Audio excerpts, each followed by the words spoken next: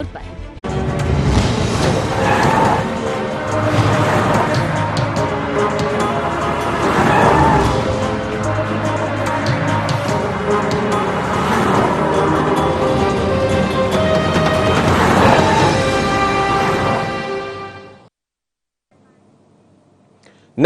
मैं हूं मनोज सैनी। IND24 में आपका स्वागत है। बात करेंगे जगह नहीं है।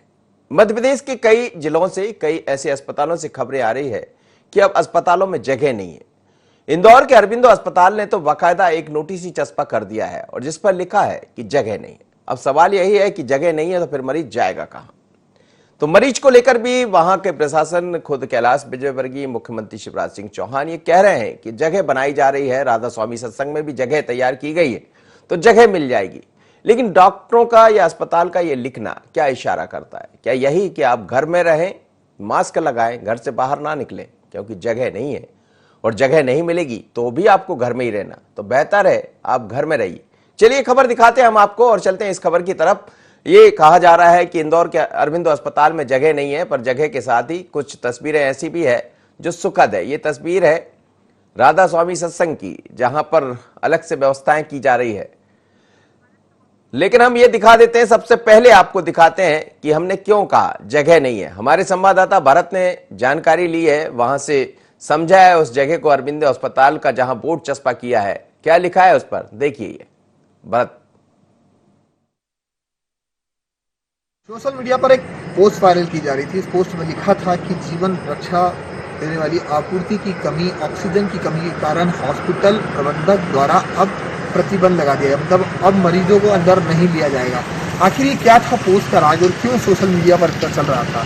जब इसकी पड़ताल की गई तो जाना कि यह हॉस्पिटल अरबिंदो पर यहाँ के डायरेक्टर द्वारा लगाया गया है, लिखा गया है जीवन रक्षा आपूर्ति एवं ऑक्सीजन कमी के कारण सेम्स अस्पताल में मरीजों की भर्ती अगले आदेश तक रोक दी गई है। किसी भी अप्रणीय घटना से बचने के लिए आवश्यक कार्यवाही के रूप में यह कदम उठाया गया है। असुविधा के लिए खेद है। आखिर क्या हालात हैं आप देख सकते हैं अरबिंदो हॉस्पिटल के। अगर अरबिंदो हॉस्पिटल में इस तरह की व्यवस्थाएं नहीं हो पा रही है तो आने वाला समय कितना भयावह हो सकता है। हालांकि हम बात करें तो प्रशासन तमाम दावे कर रहा है, सरकार लगी हुई है, तमाम हम लाइनों में भी देख के आए कि ऑक्सीजन के लिए कितनी लाइनें लगी हुई है। ऑक्सीजन लेने के लिए प्राइवेट लोग घरों में इलाज करा रहे हैं, वहाँ उन्हें ऑक्सीजन जो है पर्ची पर डॉक्टर के द्वारा लिखा गया है और उस ऑक्सीजन के लिए भी घंटों तक वेटना पड़ रहा है। प्रशासन तमाम दावे हैं। इंदौर में हाल ही में कहा जा रहा है कि एक बड़ा हॉस्पिटल अस्थायी रूप में कोविड सेंटर बनाया जा रहा है। कितना वो कारगर साबित होगा जब अरबिंदो जैसे अत्याधुनिक संसाधनों के पास समय लड़ने के लिए अब ऑक्सीजन जैसी आपूर्ति की व्यवस्थाएं, मतलब दवाइयों की व्यवस्थाएं नहीं है, स्टाफ की व्यवस्थाएं नहीं है, डॉक्टर के पास पेशेंट को देखने की स्थिति नहीं बची है, तो आने वाले समय में क्या होगा? आप देख सकते हैं कि अरबिंदो के सामने पोस्ट लगी कि अरबिंदो का जो हॉस्पिटल्स है जहाँ पर ये पोस्ट लगाई गई है। हालांकि प्रशासन अब इस पर क्या कुछ कड़े कदम उठाएगा, किस तरह से इसी महामारी से निपटने के लिए तैयारी करेगा, ये देखना होगा। लेकिन हालत जो है वो काफ़ी बद से बदतर हो रही है। कहा बिल्कुल जा सकता है, लेकिन तमाम लोगों से यही अपील है कि आखिर हमें इस कोविड से लड़ना है तो सुरक्षित रहना है, सुरक्षित रहना है तो घरों में महफूज रहना होगा। मैं IND24 के लिए भारत पाटिल की रिपोर्ट। चलिए, भरत पाटिल बिल्कुल सही कह रहे थे कि यदि हमें महफूज रहना है तो घर में रहना पड़ेगा। हमें, जैसा हम कह रहे हैं कि दूरी बनाकर चलिए, मास्क का इस्तेमाल कीजिए और सबसे बेहतर है घर से मत निकलें। घर से निकलेंगे तो हो सकता है, क्योंकि अब तो जो ताजे आंकड़े आ रहे हैं वो यही कह रहे हैं कि हर 5वें व्यक्ति में एक व्यक्ति कोविड का दिखाई देने लगा है। तो इसमें सरकार अपनी तरफ से प्रयास कर रही है, लेकिन सरकार के प्रयास भी नाकाफी है। वो इसलिए कि अचानक बड़ी तेजी से इसमें इजाफा हुआ है। देश और प्रदेश के आंकड़े भी देख लें तो वो भी इस तरफ इशारा करते हैं कि कितनी तेजी से ये कोरोना बढ़ता हुआ दिखाई दे रहा। लेकिन जैसे ही ये खबर आई है उसके बाद से समझ रहे प्रशासन के लोग, इंदौर भी, और कैलाश विजयवर्गीय जब मैदान में उतरे तो उन्होंने इसको भांप लिया है कि आने वाले दिन और कठिन होंगे। और इसीलिए जब बैठक ली तो उन्होंने कहा कि हमें अलग अलग व्यवस्थाएं जुटाना पड़ेंगी, अतिरिक्त व्यवस्था कर रखना पड़ेगी, और यदि हमने आगे का नहीं सोचा तो फिर हम दिक्कत में खड़े हो जाएंगे। तो यही विजन है। क्या कहा कैलाश विजयवर्गीय ने बैठक के बाद, जरा ये भी सुन लीजिए। वर्तमान जो हमारे पास इंफ्रास्ट्रक्चर है जैसे हमारे पास एमवाई के अंदर अभी 2 फ्लोर खाली है, उस 2 फ्लोर के अंदर पूरे बेड, पूरे ऑक्सीजन की व्यवस्था हम करेंगे। गीता भवन, रमेश जी ने बताया ईएसआई हॉस्पिटल, वहाँ 200 बेड हो सकते हैं। चाचा नेहरू हॉस्पिटल, सेवा कुंज, बापना, मेट्रो हॉस्पिटल, गुरुजी न्यास, ऐसे सब हॉस्पिटल्स के बेड और ऑक्सीजन का पूरा नेटवर्क हमें खड़ा करना है। ये हमने 8 दिन का समय दिया है। हमारे पास 1500 बेड और तैयार हो जाएंगे, जिसमें लगभग 100 आईसीयू के होंगे। और तो ये हमारी भी अभी तैयारी प्रारंभ हो गई। एक सबसे बड़ी समस्या है रेमडेसिविर इंजेक्शन की। 2 भागों में हमारी चिकित्सा व्यवस्था है, एक सरकारी, एक प्राइवेट। सरकारी हॉस्पिटल में जो भर्ती होता है उसको तो इंजेक्शन मिल रहे हैं, पर प्राइवेट में हॉस्पिटल में है उसको इंजेक्शन नहीं मिल रहा। आज मैंने कहा कि हमारे लिए पेशेंट है, चाहे प्राइवेट का हो चाहे सरकारी का, प्राइवेट वालों को भी मिलना चाहिए। तो यदि इनके पास एक्स्ट्रा आ जाते थे तो ये लोग स्टोर कर रहे थे। अभी हमने भोपाल बात की अधिकारियों के सामने ही, और ये निर्देश दिए कि वे जितने पेशेंट हैं उतने ही इंजेक्शन अगले दिन के लिए रखें, बाकी तत्काल प्राइवेट हॉस्पिटल को दे दें। अभी 1500 इंजेक्शन अभी तत्काल प्राइवेट हॉस्पिटल में डिस्ट्रीब्यूट हो जाएंगे। मैं भी अपने स्तर पर, सरकार भी अपने स्तर पर इसका प्रयास कर रही है। मुझे लगता है कि इंजेक्शन की समस्या भी 3-4 दिन में हम ख़त्म करने की कोशिश करेंगे। एक बल्क ऑर्डर हमने दिया है, यदि वो सक्सेस हो गया, यदि वहाँ से आ गया तो एक 5-10 हज़ार इंजेक्शन एक साथ आ जाएंगे। चलिए, तो कैलाश विजयवर्गीय है जिन्होंने बैठक ली एक दिन पहले, तो उन्होंने कहा कि 1600 बिस्तरों की व्यवस्था हम कर सकते हैं। उन्होंने अलग अलग जगह का नाम भी बताया। यदि निजी अस्पतालों के ये हाल है, सरकारी अस्पतालों के ये हाल है, तो जब बिस्तर की जगह ही नहीं, जहां 1400 भर्ती मरीज कुल होना चाहिए, 1386 भर्ती है। अब सवाल यही है कि 15 मरीजों के लिए तो जगह खाली रखना पड़ती, क्योंकि कहीं कोई ऐसा व्यक्ति है, और इसीलिए ये बोर्ड चस्पा करना पड़ा है। ये अकेले एक अस्पताल की हालत नहीं है, कुछ लोग तो ऐसे हैं जो यहां तक पहुंच ही नहीं पाएंगे। उनकी स्थिति ऐसी नहीं है वो किसी वाहन का सहारा ले और वहां तक पहुंच जाए। तो स्थिति भयावह है, चिंताजनक है। पर इस स्थिति से बचने के लिए आपको अपने आप क्वारंटाइन करना होगा। घर से बाहर मत निकलिए। बार बार आपसे यही आग्रह है हमारा कि खुद अपने आप को बचा लीजिए। यदि आप घर से बाहर निकलेंगे तो ऐसा ना हो कि आप भी इसकी जद में आ जाए। मेरे साथ हमारे दोनों संवाददाता जुड़ रहे हैं। भोपाल से आमिर जोड़ रहे हैं और साथ ही इंदौर से भरत। तो सबसे पहले भरत के पास ही चलते हैं और उसी से समझते हैं। भरत, क्या कहोगे आप? आपने जो जायजा लिया वहां का, हालांकि कुछ तस्वीरें अच्छी दिखाई दे रही है इसमें, जैसे राधा स्वामी सत्संग है, वहां पर लगभग तैयारी हो गई है 2000 बिस्तरों की, वहां लोगों को जगह मिल जाएगी। ये अस्थायी है, लेकिन उसके अलावा कैलाश विजयवर्गीय भी ये कह रहे थे। लेकिन क्या अमूमन यही स्थिति है इंदौर के अस्पतालों की? ये बात करें तो वाकई ही इंदौर के हालातों की बात करें और खासतौर पर अस्पतालों की बात करें तो बेड मिलना इतना मुश्किल हो चुका है। कई कॉल्स हमारे पास भी आते हैं, कई जनप्रतिनिधि भी कॉल कर रहे हैं। तमाम लोग जो अपने सोर्सेस है उनके माध्यम से चाहते हैं कि कहीं ना कहीं उन्हें इलाज मिल जाए, वो हॉस्पिटल में भर्ती हो सके, उन्हें उपचार मिल सके। तो काफी मशक्कत करना पड़ती है, घंटों तक परेशान होने के बाद शायद कोई लोग, कोई जो मध्यम वर्ग के लोग हैं, किसी के जो सोर्सेस नहीं है, वो तक परेशान होते रहते हैं। अरविंदो की हम बात करें, जिस तरह से हमने देखा वहां पर एक सोशल मीडिया पर ये पोस्ट शुरू हुई थी कि अब हॉस्पिटलों में मरीजों को लेना बंद कर दिया। जब इसकी पड़ताल की गई तो आपने खुद वो दृश्य देखे कि ये अरविंदो हॉस्पिटल का, जिससे इतनी बड़ी उम्मीद लगाई जाती थी कि अरविंदो हॉस्पिटल अपने आप में कई बड़े मरीजों को जो है यहाँ पर उपचार दे रहा था। लेकिन अगर प्रबंधक द्वारा ये अब कहा जा रहा है कि आपूर्ति के कारण, ऑक्सीजन के कारण कमी को देखते हुए आने वाले आदेश तक जो है मरीजों के भर्ती पर रोक लगाई गई है, तो ये देखना होगा कि अगर अरविंदो जैसे में, जहां पर इतने बड़े हॉस्पिटल में ये हालात है, तो बाकी दूसरे जो हॉस्पिटल्स है, चाहे वो फिर निजी अस्पतालों की बात कर ले, बॉम्बे हॉस्पिटल्स हमारे वहां पर है, CHL है, पल्स है, DNH है, तो ऐसे तमाम बड़े हॉस्पिटल्स है जिसमें तो मुश्किल ही होगा बेड मिलना। क्योंकि अगर इंदौर की बात करें तो अभी प्रमुखता से कोविड-19 के साल भर की शुरुआत के दौरान पे ही इंडेक्स, चोइथराम और अरविंदो, ये 3 ऐसे प्रमुख बड़े हॉस्पिटल थे जहां पर ये इलाज जो मरीजों का है वो किया जा रहा था। शुरुआती दौर से ही हम देखते आ रहे थे, लेकिन अब मरीजों की संख्या बढ़ रही है। कहीं ना कहीं स्थितियां भयावह है, कहीं ना कहीं परेशानी वाली, चिंता वाली स्वास्थ्य विभाग वाली जरूर है। हम ये नहीं कहते कि प्रशासन कुछ नहीं कदम उठा रहा, हम ये नहीं कहते कि प्रशासन या सरकार कुछ नहीं कर रही। सरकार अपने तमाम प्रयास कर रही है। हम बता अधिकारी तमाम जो है दिन रात लगे हुए हैं।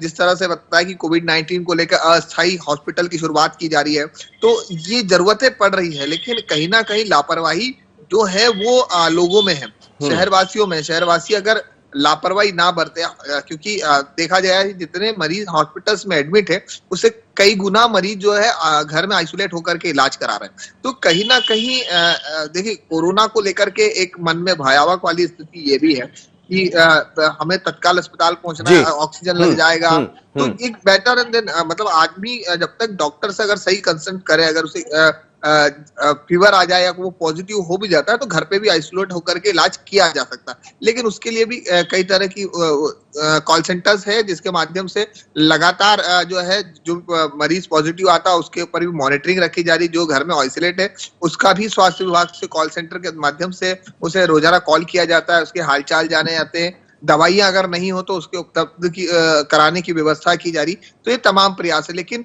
हॉस्पिटलों की स्थिति वाकई ही जो मरीजों की संख्या है वो बढ़ रही है, जिसके कारण ये दृश्य देखना पड़ रहा है कि हॉस्पिटलों को लगाना पड़ रहा है कि अब हमारे वहाँ बेड की उपलब्धता नहीं है, ऑक्सीजन की उपलब्धता नहीं है, तो अभी आगामी आदेश तक हम मरीजों को ना लेंगे। जी, बने रहिए आप मेरे साथ। भारत, मेरे साथ आमिर जुड़े। आमिर, पूरे मध्य प्रदेश की हम बात कर लें, यदि पिछले 24 घंटों के ही आंकड़ों को हम देख लें तो कहां हम खड़े हैं, कहां स्थिति। लेकिन इस बीच में कुछ अच्छी खबर भी आई थी कि करीब 1700 से ज्यादा लोग ठीक भी घर पहुंचे हैं। तो ये अकेले हम भोपाल की बात कर रहे थे, लेकिन यदि मध्य प्रदेश के अलग अलग हिस्सों की बात करें तो कुछ खबरें ऐसी भी आ रही जिसमें लोग काफी तादाद में ठीक हुए हैं। आप क्या कहेंगे? देखिए, जाहिर है कि जिस तेजी के साथ में मध्य प्रदेश में कोरोना का संक्रमण बढ़ रहा है, रोजाना 13,000 के लगभग पॉजिटिव मरीज सामने आ रहे हैं।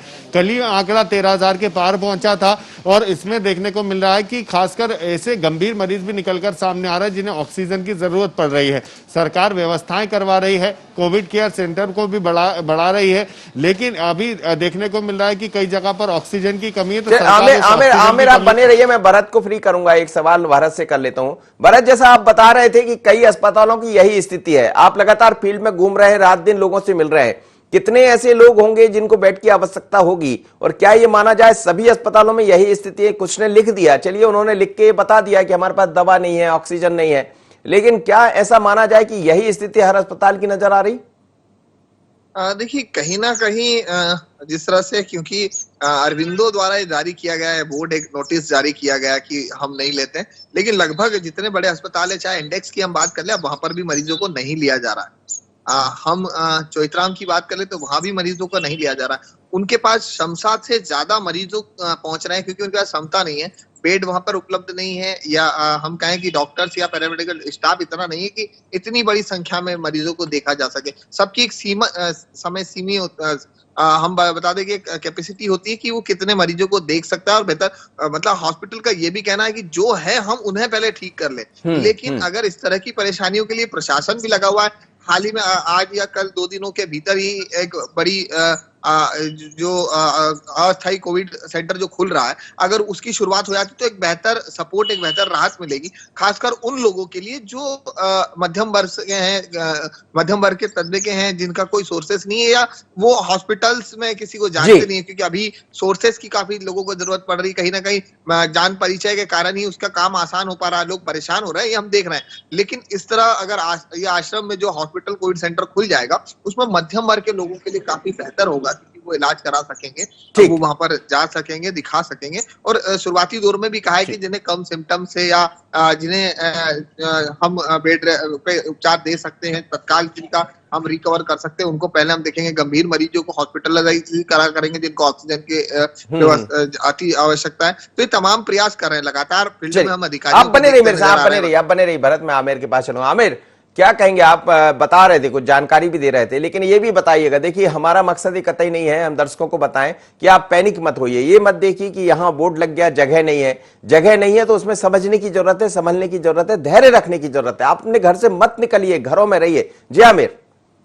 हाँ, देखिए, अगर 13,000 कोविड पॉजिटिव मरीज कल मध्य प्रदेश में देखने को मिले हैं तो राहत की खबर यह भी है कि कल 9,000 से ज्यादा लोग अस्पताल में उपचार करवाकर ठीक होकर घर की ओर रवाना हुए हैं। यानी अगर कोरोना संक्रमितों की संख्या बढ़ी है तो ठीक होने वालों की संख्या में भी इजाफा हो रहा है, क्योंकि एक और यहाँ देखने को मिल रहा है कि सरकार इसको लेकर लोगों में जन जागरूकता अभियान चला रही है कि लोग जागरूक हो सके, मास्क लगाए, सोशल डिस्टेंस का पालन करें और बहुत ज्यादा जरूरी हो तभी घर से बाहर निकले, क्योंकि सरकार व्यवस्थाओं में इजाफा कर रही है, अस्पतालों में बेड की संख्या बढ़ा रही है, कोविड केयर सेंटर बढ़ाए जा रहे हैं। जिन लोगों में होम आइसोलेशन की व्यवस्था उनके घरों पे नहीं है तो उसके लिए कोविड केयर सेंटर बनाए जा रहे हैं, उनके रहने खाने की व्यवस्था वहां पर की जा रही है। लेकिन सबसे ज्यादा जरूरी है कि खुद की एहतियात बरतनी चाहिए और बहुत ज्यादा जरूरी है तभी घर से निकले, सोशल डिस्टेंस और मास्क का पालन जरूर करें। इसको लेकर भी सरकार अभियान चला रही है। अस्पतालों में व्यवस्थाओं के साथ में ऑक्सीजन की भी आपूर्ति हो सके, इसके लिए भी सरकार व्यवस्था कर रही है, क्योंकि मध्य प्रदेश के अलावा हम दूसरे राज्यों की बात करें तो कल नासिक में जिस तरह से बड़ा मामला सामने आया था, 24 लोगों की मौत तो ऑक्सीजन की आपूर्ति नहीं होने की वजह से हुई थी और अन्य राज्यों में भी इसी तरह से हाल है। हालांकि मध्य प्रदेश में इस तरह की व्यवस्थाओं को बढ़ाया जा रहा है, क्योंकि समय पर जिस तरह से मध्य प्रदेश में कोरोना कर्फ्यू लगाया गया तो जाहिर है कि कोरोना संक्रमण की चेन को ब्रेक करने की पहल मध्य प्रदेश में पहले ही शुरू हो चुकी थी। व्यवस्थाओं को लगातार बढ़ाया जा रहा है और अब कोशिश की जा रही है कि किस तरह से इस कोरोना संक्रमण की चेन को पूरी तरह से ब्रेक किया जाए। इसके लिए जन सहयोग की भी बात मध्य प्रदेश के मुख्यमंत्री शिवराज सिंह चौहान कर रहे हैं। हालांकि सबसे महत्वपूर्ण यही है कि लोग जब तक जागरूक नहीं होंगे तब तक नहीं मिलेगा। आप बने रहिए। आमिर और भरत, आपका बहुत बहुत धन्यवाद, आप मेरे साथ जुड़े थे। भरत, चलिए दो मेहमान मेरे साथ जुड़े हैं, दुर्गेश शर्मा है प्रवक्ता कांग्रेस के और गोविंद मालू जी है भारतीय जनता पार्टी के सीनियर लीडर। गोविंद मालू जी से बात कर लेता हूं, वो खुद भी शायद पॉजिटिव हुए, उसके बाद घर लौट आए हैं। ईश्वर उनको स्वस्थ रखें, बढ़िया रखें, लेकिन वो वही इंदौर से आते हैं जहां की हम खबर की बात कर रहे हैं। गोविंद मालू जी, आप खुद भी अपना शेयर कीजिएगा, क्या लोगों को घरों में रहना चाहिए इस वक्त? जरा सी लापरवाही क्या भारी पड़ जाती है? दूसरी बात यह है कि अरबिंदो ने लिख दिया जगह नहीं है, क्या इंदौर के अधिकांश अस्पतालों की यही हालत है? और यदि ये है तो फिर आगे क्या? देखिए, हालात सबको मालूम है पूरे देश भर के, और जिस ढंग से मरीज निकल रहे हैं, जिस ढंग से स्थान है, वो बहुत ही संकट का कारण है। लेकिन फिर भी प्रशासन अपनी व्यवस्थाएं कर रहा है, शासन व्यवस्थाएं कर रहा है, नए सेंटर्स बना रहा है कोविड के, और कोई भी हॉस्पिटल मना नहीं कर रहा है। लेकिन जैसे बेड की उपलब्धता हो रही है वैसे ही बेड दिए जा रहे हैं। लेकिन सबको इस सारी पैंडेमिक से रूबरू हो रहे हैं और इस खतरे से भी रूबरू हो रहे हैं, इसलिए सतर्क तो रहना ही पड़ेगा और सावचेत भी रहना पड़ेगा और पूरी गंभीरता के साथ जो प्रोटोकॉल है उसका पालन करना पड़ेगा। लेकिन कुछ चीजें हमें आपस में शेयर करके आपसी हमारे सामंजस्य के द्वारा लोगों की मदद करना ये हमें परम कर्तव्य है। जी जी, अब बने रहिएगा, मैं एक और आपसे सवाल ले लूंगा, उसके बाद आपको भी राहत दूंगा मैं। दुर्गेश शर्मा जी, स्थितियां आ रही है, अरबिंदो ने लिख दिया है कि जगह नहीं है। बात बहुत स्पष्ट कर दें, हम पैनिक बिल्कुल नहीं कर रहे हैं, क्योंकि लोगों के मन में ये हो जाएगा कि अस्पताल में जगह नहीं है, लेकिन सच्चाई भी यही है और लोगों से आग्रह भी हम यही कर रहे हैं, घरों में रहे, पर व्यवस्था भी जुटाना पड़ेगी, ये बात भी सच है। ये बात सच है और मैं मालू जी को साधुवाद दूंगा कि सबसे पहले यदि प्रधानमंत्री को इंजेक्शन के लिए किसी ने पत्र लिखा था और प्रदेश की समस्या को आगाह किया था, वो गोविंद मालू जी। ऐसे जागरूक लोगों के कारण हम बच सकते हैं यदि सरकार है ऐसे लोगों की बातों को सुने। अब थोड़ा बहुत देखने को आ रहा है कि शायद वो सुनने के मूड में है, शायद सुने और जनता के प्रति अपनी जवाबदेहियों का निर्वहन करें। जो ये समस्या अरविंदो में है, ऐसी कई जगह समस्याएं हैं, उसके पीछे कई कारण हैं। एक तो समाज में जो एक चेतना आना चाहिए सरकार की तरफ से, एक हमको और सहयोग चाहिए कि वो जनता को ये आगाह करे कि आखिर कब उसको अस्पताल पहुंचना है। सबसे बड़ी दिक्कत ये है कि आज व्हाट्सएप जो डॉक्टर शुरू हो गए हैं, जी जी जी, वो 80% लोगों को इलाज व्हाट्सएप पे कर रहे हैं। मुझे डॉक्टरी के बारे में ABCD नहीं मालूम है, पर मेरे को 25 लोगों ने इतने डॉक्टर बना दिया है आज कोविड के इलाज के लिए कि मैं हर तरह की कौन सी बीमारी की कौन सी गोली कोरोना में लग लगती है मैं सब बताने को तैयार हूं, पर हकीकत ये है कि ये सब चीजें भ्रम फैला रही हैं, लोगों को परेशान कर रही हैं और उनके स्वास्थ्य को बिगाड़ रही हैं। किसी को सर्दी जुकाम में छोटी सी परेशानी होती है तो व्हाट्सएप यूनिवर्सिटी के डॉक्टर उनको सबसे पहले एंटीबायोटिक चालू करवा देते हैं बिना डॉक्टर की सलाह के।